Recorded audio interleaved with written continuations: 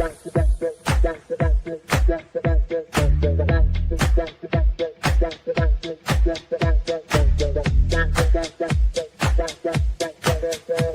Connections Radio presents Ethics Realty is a full-service real estate agency that provides a service for finding the ideal property for residential, commercial, and investor-centered clients. Whether you're a first-time buyer or a seasoned buyer or investor, they provide service to all and listen to understand your goals and needs. For more information about their wealth and investment-centered services, call 702-518-1606 or visit their website, ethicsrealty.net. Welcome to JP's Teachers Lounge, Season 1, Episode 12. I have the pleasure of my guest today is my cousin, R.L. Lynn. I know her affectionately as Rebecca, and she knows me affectionately as JJ. Yes. Good to see you. Good to see you, cuz. How are you? I'm good. How are you doing, JJ? Can't complain. I know we're gonna talk about family and all this stuff. Our family is so everyone's spread out everywhere. It's true. Yeah. It's like having family reunions going to be less and less possible, as we go on. But we got to do it. And the thing is back in 2017. I don't think you were there. I don't think you made it.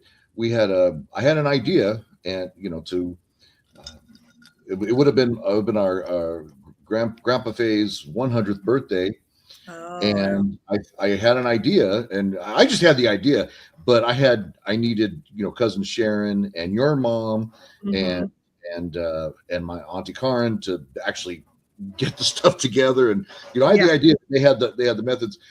And we had a really fun family reunion, and it's never an ideal time for everybody. You can't wait till everyone's available. You have to just do it. We should just do something once a year. It's going to be here, and whoever can make it, great. And if you can't, that's okay. I think most of us are kind of on the western side of the states, at least. So not super far, but yeah. Emily's in Colorado now, and and my nephew, actually both of my nephews now are in Texas. Oh, okay. Oh yeah. Matthew's in Texas, and So I know we're all busy, and I'm glad. I appreciate you taking the time. This podcast is about anything about education, but when I started seeing you writing, and I gotta talk to Rebecca, and we'll talk about the connection with writing and teaching. When I was a kid, my dad came home with baseball schedules. He was a liquor salesman, and it had Smooth as Silk Kessler little booklets, and it had schedules of the Dodgers. It would have the Dodgers schedule on one page, and then flip over Giants on the other page, and then they everything coincided. Like the Dodgers were playing the Giants in San Francisco, and then the Giants schedule they would see, they're hosting the Dodgers, and I thought, wow, who could make that schedule and put everything all that together? So I started copying them. I started copying the schedules, and then I created my own. I created my own league. The San Pedro something, the Harbor City, Lomita, Torrance. And I would create that's what I would do. And then I also pretended that I had a rock group, and even though I didn't play a musical instrument, I pretended that my poems were just lyrics of a song, create albums, stuff like that. What was your process of your whole process starting out, being, getting that creative system, or I guess that creative process going? Well, as a kid, so I always had a really good memorization. And I remember the first thing I used to do was I was writing a book, but really what I was doing was just kind of copying word for word the miniseries Anna Green Gables back in I think it was the 80s with Oh yeah, Megan that sounds Follows. familiar. Yeah, we used to watch that a lot. We were big into Anne of Green Gables, and I really liked it. And I had the dialogue memorized, and I would sit and like type it out like I was writing a book, but it wasn't really a book. I was just like copying the movie. My mom was always like, "Oh, you wrote a book when you were 8," and I was like, "Yeah," like I was copying the dialogue from the TV. I mean, was I coming up with new content? I honestly don't remember. I remember like verbatim, like typing out, but that was a fun process for me, was like just kind of typing this out, kind of like you copying the baseball schedules. Like it's just, the thing had already been created, and I was kind of just like getting the feel for, this is typing, and like, and this is how you do the quotes and the dialogue and stuff like that. And then as I got older, I really always kind of thought that I would write a book. It's weird because, sometimes you get these feelings and you're like, is that a feeling, or is that just kind of a pipe dream, or, what is that? But I always just had this idea that I'm going to write a book one day. Like, I'm going to do this. And I did try a couple times. I had several false attempts, in my 20s when I was working, both for USC and then later as a teacher. Like I tried a couple times to write a book, and I'd even get pretty far into it. I'd get a good idea, and I'd have like all the preliminary stuff going, and I would write even like as much as 100 pages into it, and then I would kind of stall out and lose momentum. So I have like 3, like 100 pages of these like previous books. And then what really kind of kickstarted me was actually when I left teaching. I left teaching to go on maternity leave in 2022.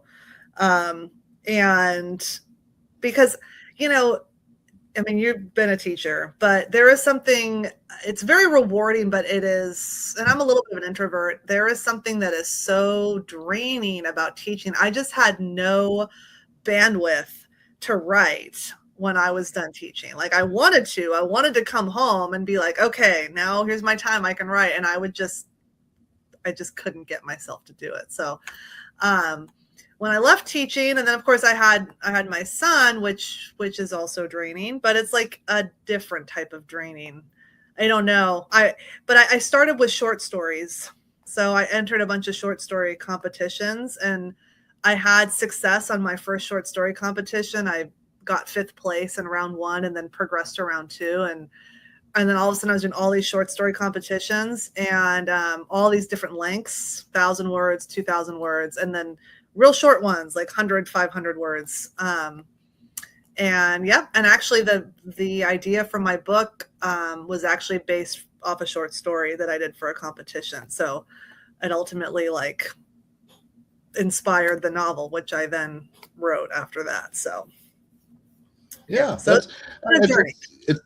yeah. I mean, it seems kind of similar to mine in some ways. And you're right. Teaching is draining. It's rewarding. It's fulfilling. But then you come home and you need to decompress. You definitely need that. But it sounded like, just like, you, whether it's copying, you started copying, or you start whatever, you got to start somewhere. Yeah. You got to start somewhere, and then find your niche, your style. Mm-hmm. So Your voice, the writer's voice, which was, is the big thing. Like find your voice, which I still, I don't know if I've found mine entirely yet, but that's what the big thing is apparently. So.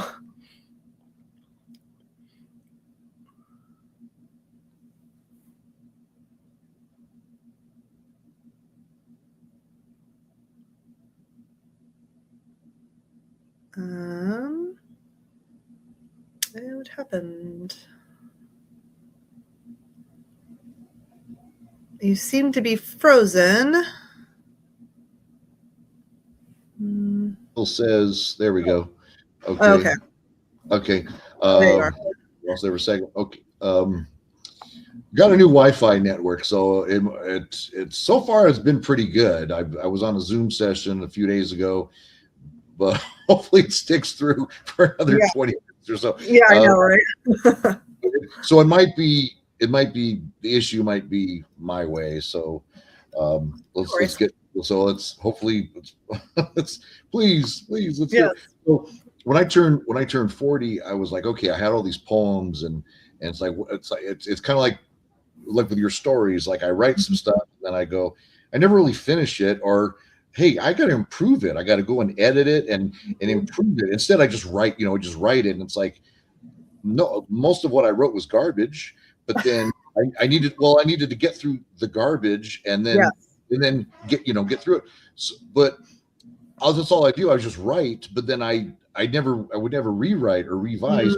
Just that's the tough part. Even Yes. I can imagine, like, as a story, writing a story, how do you end it? It's the ending. How do you put well, it's like when a couple years ago, well, gosh, it must be like 5 or 6 years ago now, when Game of Thrones was coming to an end, everyone was like, how is it going to end? How is it going to end? Even like, I'm a big Stranger Things fan, and then you're like, how is it going to end? How is it going to end? And no matter what, you're not going to satisfy everybody. It's going to, no matter what they do. So it's, you have to just, okay, well, but I can't imagine how writing a story, and then I think the ending would be the hardest part. You're putting everything, everything, all the loose ends together, and then is it justified? Is it, you don't want it to be too predictable, but is it earned? Is it earned? Yeah. If you have a twist, like the twist has to be earned, it can't just come out of nowhere. Like it has to, people have to be kind of do that. Like, oh yeah, like I saw those breadcrumbs along the way. Right. For me, actually, the ending. So I love a good ending. Like it's endings are, I think, and again, because I started with short stories, I think it was, but I would recommend to people who like want to write a book that short stories are a great place to start, because you get just the practice of doing the beginning, middle, and end. And it's just a lot easier when it's just 2,000 words. So you can kind of like think of like, okay, like I've got this small thing I want to say, beginning, middle, end. For me, like with my book, it was like I kind of knew the beginning, and I did know how I wanted it to end. Like I had this ending in my head. So for me, it was like the middle part was the hard part. Like, okay, then how we're going to get from here to here and make it interesting and hopefully move the pace along and have plenty of action. And they say like, for agents that request novels to read, like a lot of them put it down about halfway. So halfway is like often kind of where, some books start to like fall off a little bit. So they're gonna have a real strong start. So to keep that momentum going, I think is the tough part, to get over the hump in the middle. For me, that was the hardest part, rather than the ending, was to like connect the two together. So. Certainly a lot more. There's a lot more involved than just simply just writing and getting an idea down. It's a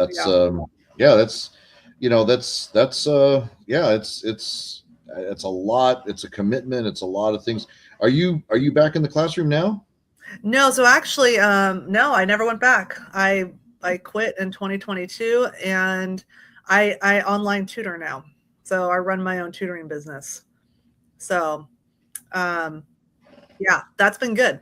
That's been good because I have limited time, because, I've got the kids. But in the evenings and on the weekends, I tutor, and I tutor through a website called Wisent. So it's all online. So I have students all over the country. It's really like, it's really opened up a great way to get like a bunch of different students that I wouldn't have been able to have if I had to do everybody in person in my near vicinity, So I've heard of them. Now, did you?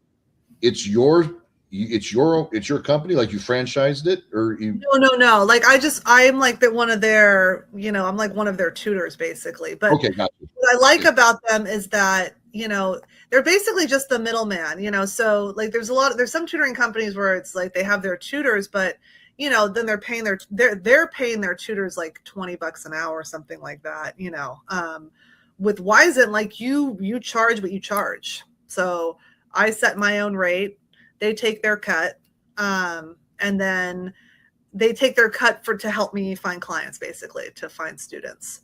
Yeah, because I've been with Varsity Tutors for about 4 years off and on, and I haven't had a tutor session in a couple of months because I don't offer math. It's just English writing, so I lose a lot of students for that. And plus, I've noticed that most of the students are from the East Coast, and so they want someone at 2 o'clock my time or 3 o'clock my time. Like I don't get back till like 3 or 4. So between those two things, but mostly it's probably mostly the math. So I'll have like 1 or 2 students, and then they take the test, they do well. I've had one parent say, hey, my he did really well. I really appreciate it. That's great. It's very rewarding. But and I didn't mind making 6. Well, I think I started at 15 or 16 bucks an hour, and then I went to 18. I don't mind that because I don't have to pay gas money. I mean, I'm staying home.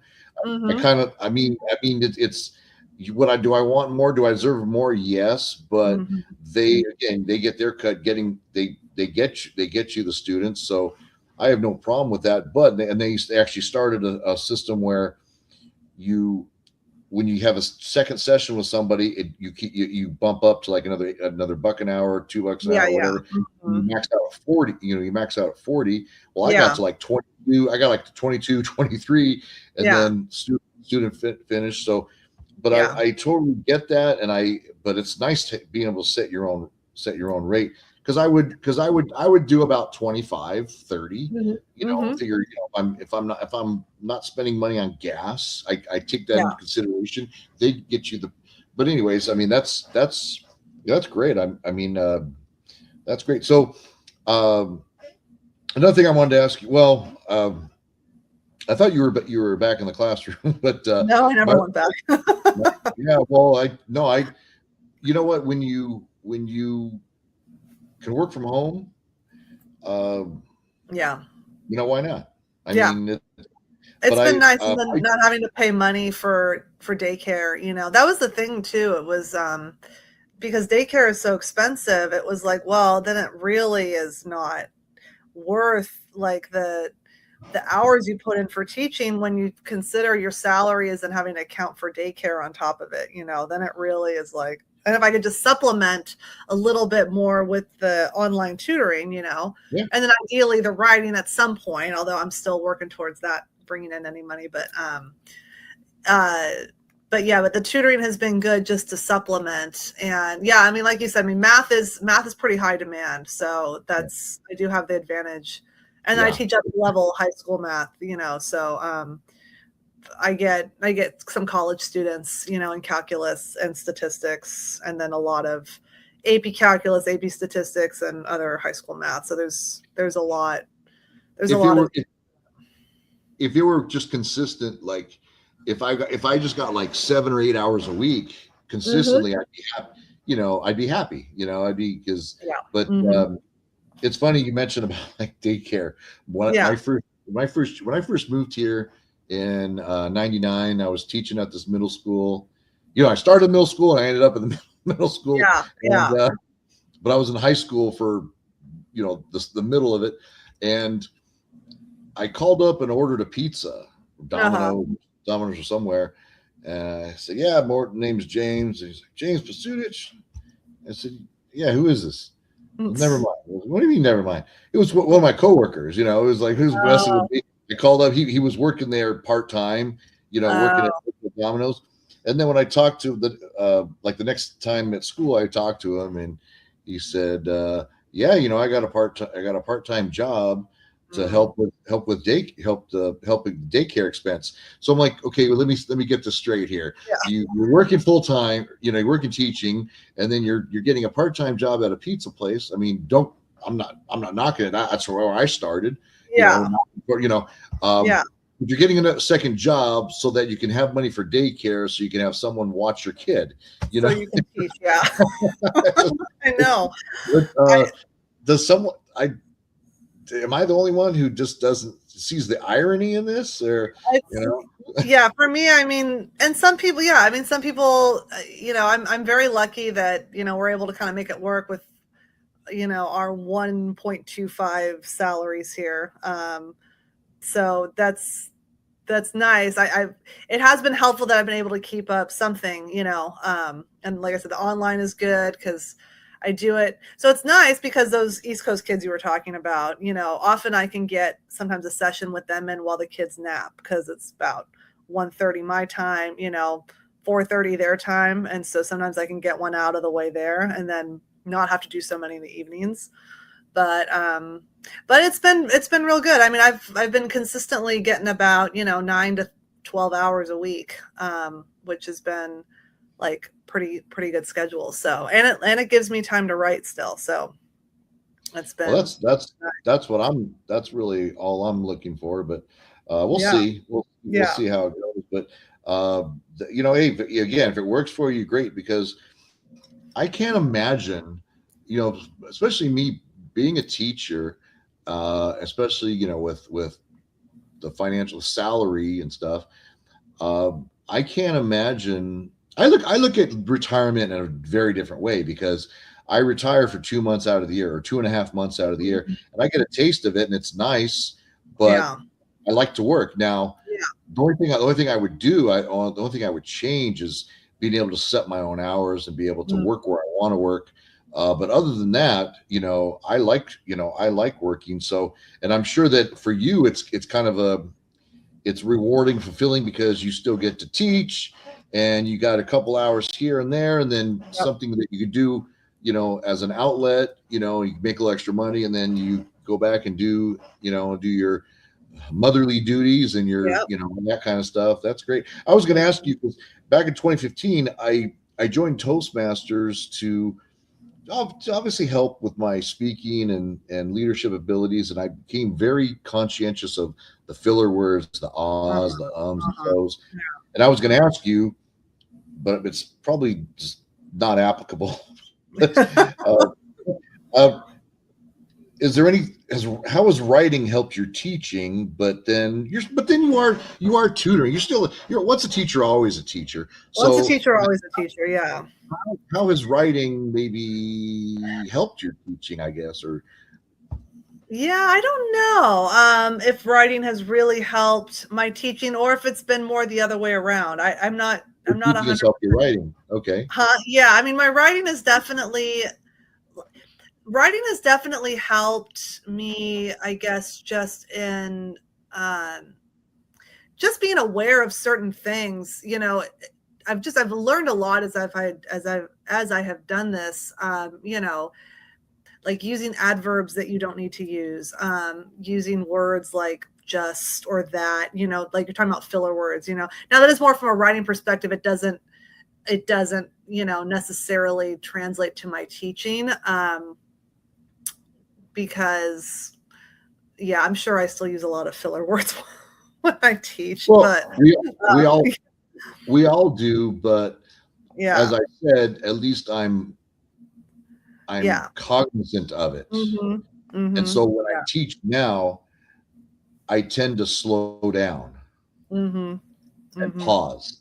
yeah, Pauses are very powerful, yeah, very powerful. absolutely, yeah, definitely, And but when you're giving a speech or even just teaching, but especially like giving like a speech or presentation, pauses seem like just hmm debilitating. But the less there was one example, less is more.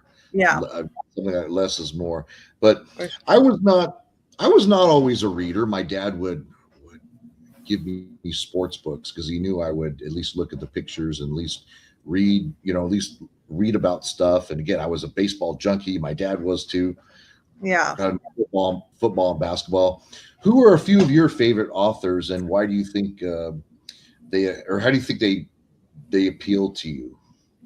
Well, I like to read a lot of fantasy. That's always fun. So, I mean, probably like my favorite, I mean, I was big, I enjoy like, J.R.R. Tolkien, the Lord of the Rings. But Oh, yeah. I admit that he can be tough to read. Mhm. He's tough for me to read. He's very, wordy and, so, I like, Brandon Sanderson is probably one of my favorite, authors now.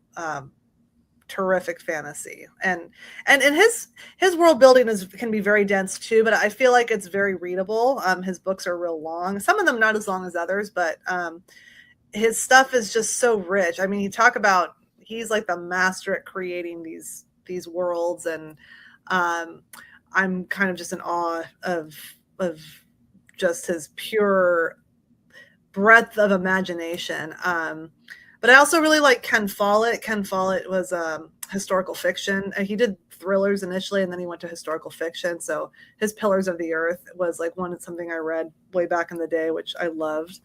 Um, and then I like Ruth Ware for thrillers. Like, she's fun. She did like the In a Dark Dark Wood, and a bunch of other stuff. So yeah, so unfortunately, like, I used to be such an avid reader my whole life, and then once I had kids and my time went down, and then now all my time goes to writing. Like, my reading has really taken a hit. I actually just finished a book called The Something Raven has to. Scholar. I just finished a book called The Raven Scholar, and it was really good, and it was, and again, another fantasy, and it was like the first one I had read, all the way through in like 3 years or something. It was not good. Like, my reading's really taken a hit because all of my free time goes to writing. So it's been hard Well, to manage that. I mean, for me, the summertime, I catch up on my reading, but, Mhm. uh, but it's because I have that extra time, and Yeah. but they're still right. I mean, you come home and like, like I'll read an article, I'll read end up scrolling, or they call it like zombie scrolling on Yeah. Doom scrolling. you know, Yeah. and Yeah. and Mhm. and then Yeah. find. In fact, I have my Kindle app on my phone, and I put it on my phone so I can do more reading and less scrolling. But That's it good. doesn't really Yeah. seem to work. It doesn't really seem to work because when you're scrolling, it's like you're tuning out. Like, It is. I come home and turn on the TV. I don't really watch the TV. It's Yeah. just there in background. Or a lot of times I'll put on the music channel and then read, like just Yeah. mellow, just like mellow music.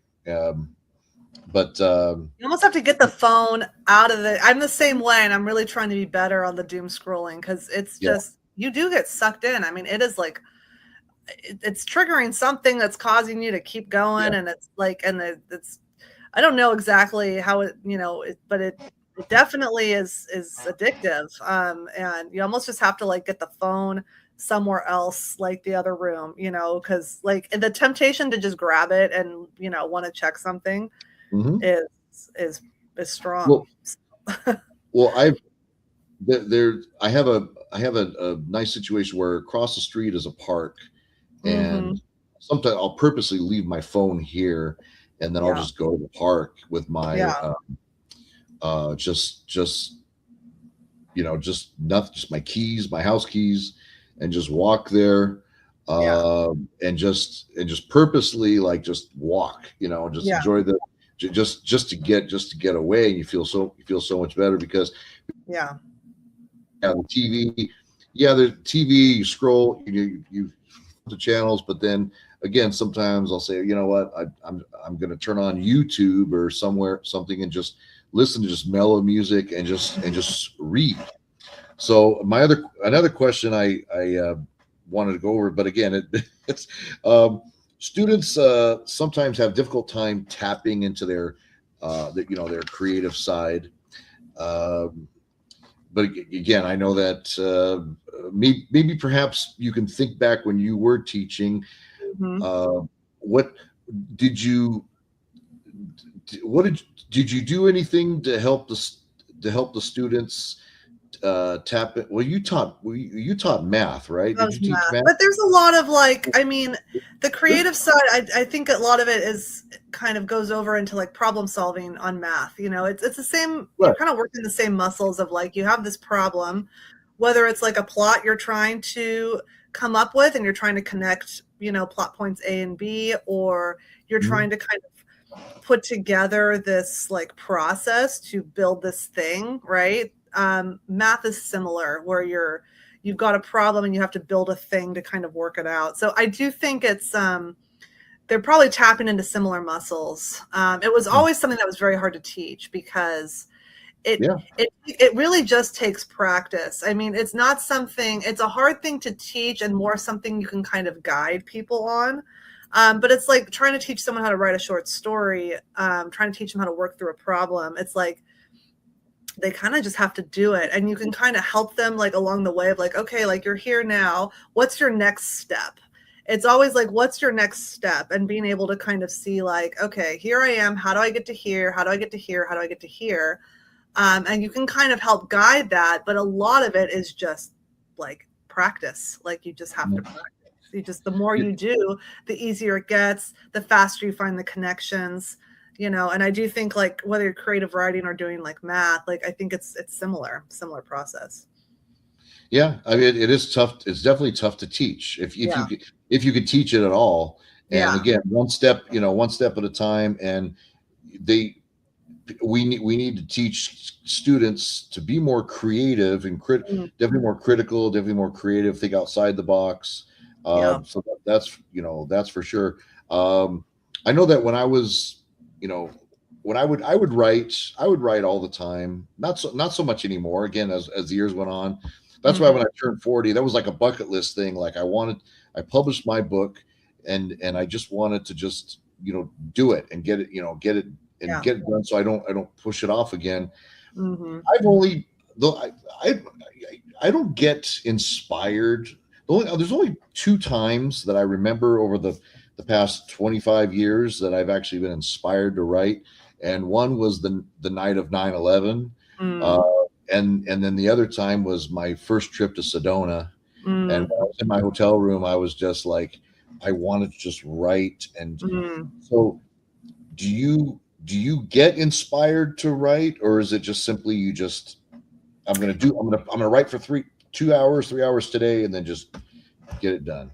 Well, so I needed deadlines to force myself to write, which is why the short stories were big, because like when I had the deadline, that was actually like, all right, I have to get this thing done. And then I started being able to complete projects. Mm, And with the book, it was harder because there was no deadline. It was just me mm, doing it, right? And so I did the NaNoWriMo, was just like a November challenge to write 50,000 words. And it was more just I got kind of competitive with myself of like, I'm just gonna do this. And I did, and that's what got me over that like hump that I was talking about, that middle part of the book, and I was able to finish it. So now it's a little bit easier because I feel like I write more intentionally, and I'm writing the sequel to my book. So it's like I have things I want to write about, and there's a lot of things. It's like with writing, it's powerful. It's like you have messages you want to convey. You want to, I don't know, idealistically try to make the world a better place somehow, but you don't want to come across heavy-handed. You're trying to kind of like what could maybe be inspiring but not sound preachy, like, so there's all these things you're like trying to take into account. That motivates me to write, and you know, it does. Like once I get in the groove, it's like I kind of just everything else, like it can like get rid of anxiety, it gets rid of stress. It's like a really kind of incredible process. Like just how I think it's very good for like mental health also, just to like do that creation, that process of creation. yeah, Gets you it's a out of great. like kind of ruminating and feeling out of control, like it helps kind of put you back in the driver's seat. You're creating, you're controlling something. So it's been Like great for like that reason. cathartic. You say Very, cathartic or very, yes. therapeutic. Yeah, it's Very, funny because I'm the same way with well, not so much deadlines, but like I know that like when I was even back to when I was in high school and during football season, I only had so much time to do my homework, Yeah. and I didn't have, it's like I have to do it now or never. Yeah. Whereas like when Mhm. football season was over, it kind of opened up my schedule, and I was I was less productive. I was like way less productive because I had extra time. Yes. I Mhm. thrive on structure Yeah. and deadlines, but like a certain realistic deadline. I mean, like Yeah. something like not. I don't thrive on the last the 11th hour, that kind of Yeah, stuff. that's stressful. Yeah. But Mhm. yeah. Yeah. So uh, how can people? I know you have an Instagram. So how do people uh, can get in touch with you and buy your books and all that kind of stuff? Yeah. Yep. I'm on Instagram. I'm on Facebook too, but primarily Instagram. Excuse me. That's where I've been mostly trying to promote. Indie author, it's hard. I'm doing all my own marketing. So, and I didn't have a following to begin with. So I'm like trying to basically all the things you're supposed to do. I was like, I'm not gonna, I wanted to publish and get started and get going, so I didn't have a huge following and stuff. But it's been good. I mean, yeah, I'm on Instagram, just my name, RL Lynn. And yep, I wrote my book. It's just one. It's called Stepsisters. It's a Cinderella retelling where she's evil. It's the first in a trilogy. So those are my I next steps. I Uh, love I love those kind of like a retelling. I remember when I was student teaching, there was one of my teachers that I worked with uh, showed me this book, Three Little Pigs, but oh from yeah, the the big from bad the wolf. from the big from right from the perspective of the Yeah. big bad world. So that's And I great. And like you know it what? because they've done a lot of retellings where they always kind of sympathize the villains, but you don't see a lot where you get the protagonist who's actually like really stone cold evil. And I really wanted to do that twist of like Well, a very evil Cinderella. So yeah. that's you need to bring. You always want to bring something unique to it. The uniqueness to it. I mean, with a twist or Yeah. something interesting. So that's great. Yeah. Um, Oh, and well, I'm gonna be at WonderCon this year, so that's kind of cool. If I anybody's did going see to I WonderCon. did I did see you post that. Yeah. And for those not familiar with that, it's like Comic Con, but Yeah, what's WonderCon? it's the same like it's put on by the same people that do Comic-Con. So it's like Comic-Con's like little sibling. It's not as big, but it's still pretty big. It's at the Anaheim Convention Center, Oh, March 27th through 29th. And it's all like it's very fantasy oriented, but they've got a lot of comics. People will come, they'll dress up. It's very similar to Comic-Con. It's just probably, only like 50,000 people instead of maybe 150,000 people. But for me, that's fine. I'm 50,000, I think excited to be going, so it's going to be pretty cool. 3 days, 3 full days. that's So an that's enough. I think that's yes, enough people for lots of in one area. That's for sure. yeah, Um, yeah, and then I need to work on a family reunion. That'll be my yes, job. yes, yes. I will work to get there. If you let me know enough in advance. Well, that's the thing. It's like, yeah, I mean, I think the last time I gave people 2 years notice, but it doesn't seem to. I mean, you can't make it. But Yeah, uh, uh, you know, your grandma, my cousin, in 4 years, be 100. I know that would be a good time We because shouldn't have to wait. We shouldn't your wait for grandpa that. Jay's 100th would have been his 100th. So Yeah, yeah. We so shouldn't we shouldn't wait for that, but yeah, it's that's true. there'd definitely be a something amazing, and finding a place that's like somewhere in the middle or somewhere where somewhere where people can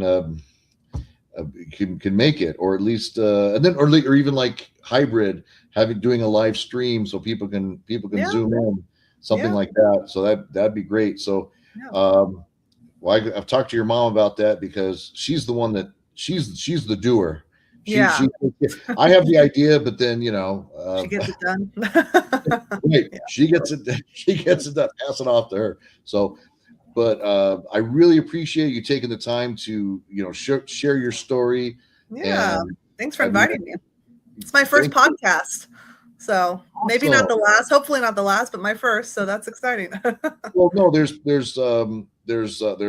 plenty of them out there. And Yeah. I'm sure, you know, I started, you know, just for, you know, because I thought it was interesting, and I wanted to talk about education. I want to write a book. I am writing a book about education, but just cool. writing notes, you know, just nothing kind of serious, but just kind of, you know, writing some notes and stuff like that. But I'm taking a different direction, just writing, you know, just like nonfiction, writing a book about, you know, some ideas to help with education and Yeah. you know, for the 21st century and That all sounds that. awesome. Yeah. Very cool. Yeah. So I appreciate that, and thank you everyone for joining us here at JP's Teachers Lounge. And you could reach me on LinkedIn. I'm on LinkedIn. I'm also on Facebook. JP Communications website is jamespesutichcommunications.com. I also do copywriting. I cut my copywriting services, and I appreciate you taking the time, and good luck. I just downloaded your book, actually. Oh, cool. I just downloaded it. I went on Amazon, so I would get the actual copy, but I'm trying not to collect things anymore. I'm trying to get you know what I mean? I totally get it. I got, No. you know, just like I don't have enough bookcases, you know. Yeah, no, it's amazing. Books can really take up a lot of space. So the people started buying over the years, you know, got my CD collection, got my DVD collection. Now everything's on, you know, streaming and everything. It's like, okay, now what am I going to do with all this stuff? Yeah. Well, if you get a chance to read it, I'd love it. That would be awesome. So, if it's your thing, if the fairy tale retelling is your thing. Well, I mean, I do like fantasy, J.R.R. Tolkien. I mean, I do Ursula K. Le Guin is another one of my favorites. But I mean, so this is like kind of, it's softer. It's called like low fantasy. It's fantasy, but it's not as intense on the world building. Like it's no Tolkien level, like I've created my own languages or stuff like that. So it's for me, it's maybe a little more like manageable for people that can get overwhelmed by like epic fantasy. So I wasn't going to try to tackle that like level of, you know, stuff, but it is my own world, and it was fun making it. So yeah, I'd be interested to see what you think. Yeah. Well, you're finding your lane, or you find your lane. So that's great. I know. Cause I mean, you can imagine like, you know, 1,000-page books, you know, 100-page books. People are overwhelmed by that. Yeah. It's just too much. And Tolkien, even Game of Thrones is like, it's going back to these king. I mean, it's just, it's overwhelming. I mean, good stories, but just kind of overwhelming. So, but you know what? Hey, you find something that works, and then you stick with it, and you know, just go from there. So, great work. Great. I mean, that's awesome. And congratulations on your achievement. Thank you. I should mention, you know, Emily did the cover art for it too. I should plug her. You know what?